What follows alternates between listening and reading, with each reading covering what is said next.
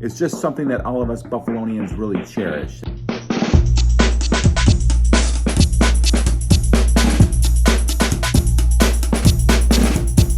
What is up, Bills Mafia? We have 261 days to go until the Buffalo Bills win Super Bowl 57. This channel is going to document every single day leading up to that amazing moment with a video.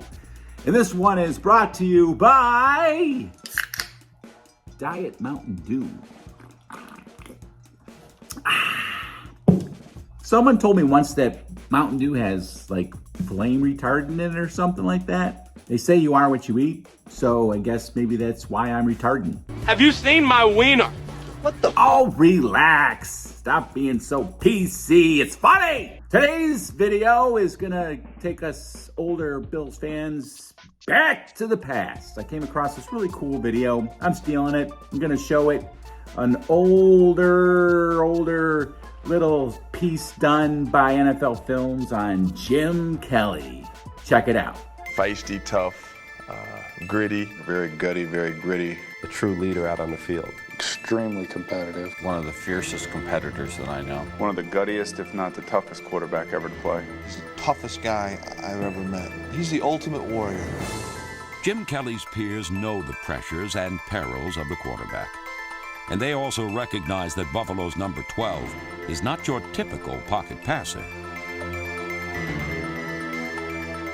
His accomplishments and failures have reached record-breaking extremes. So, too, has his toughness. I've always considered myself one of the toughest guys. I'm not just speaking of the National Football League. I'm speaking of everyday things, you know. I guess when you grow up in a family of 6 boys, you got to be tough. I can remember many days of my 3 older brothers beating on me and me beating on my little brothers. And if you weren't tough, you weren't part of the group. You weren't a Kelly. There's something inbred in him that he has developed over the years, a mental toughness as well as a physical toughness, that he's going to give you everything he has. And the one thing that beyond a shadow of a doubt he did better than any quarterback I've ever seen, his willingness to stand in the pocket under a tough rush, guys bearing down on him. He knows the receiver's going to come up and willing to take the hit just to get the completion and really sacrifice his body. And he would do it week in and week out. I think he likes it better when he takes a lot of hits. If he's not beat up after the game, he probably doesn't feel like he played very well. Sometimes I enjoy getting hit. It wakes me up. Sometimes when I'm having sort of a bad game, and all of a sudden I'll get blindsided. It wakes me up.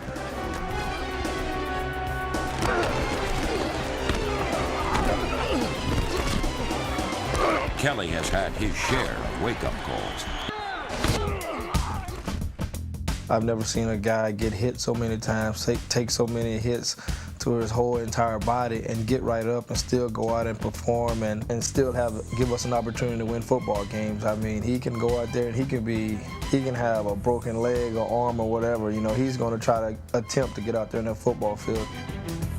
I can remember one time throwing one like this that, you know, that, hey, his bell's wrong, he doesn't know what he's doing. He got hit pretty good, and, you know, I was sitting to the sideline, you know, telling the coaches, hey, we need to get Frank in here. We need to get Frank in. The gym is out of it, you know. And he saw me do that, and I think it just snapped on him. Hey, leave me alone. I know I messed up, but I want to play this game. And I was like, all right, well, you go ahead.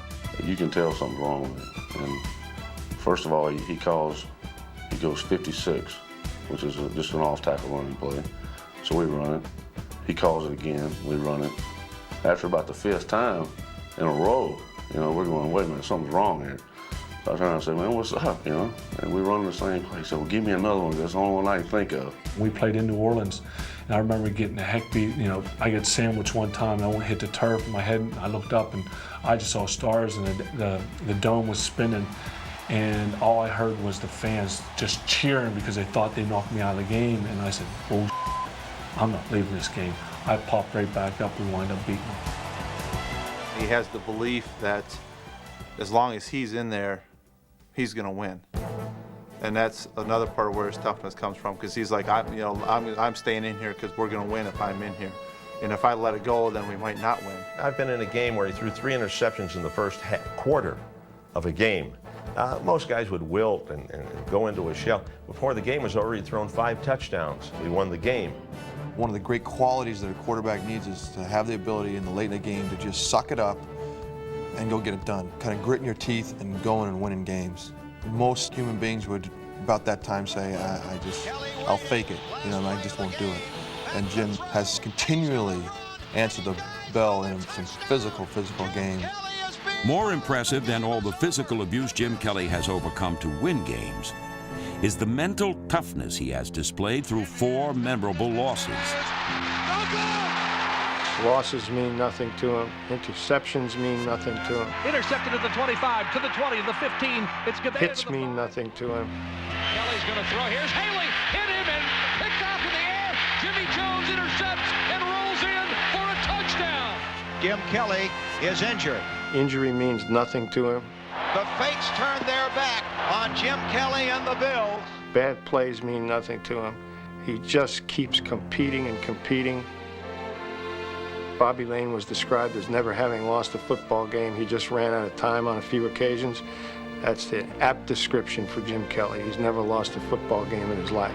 Give me some time, damn it, give me a little time. He took that ultimate warrior's mentality. Kelly falls down, gets up. And the result is a Hall of Famer. Now throws.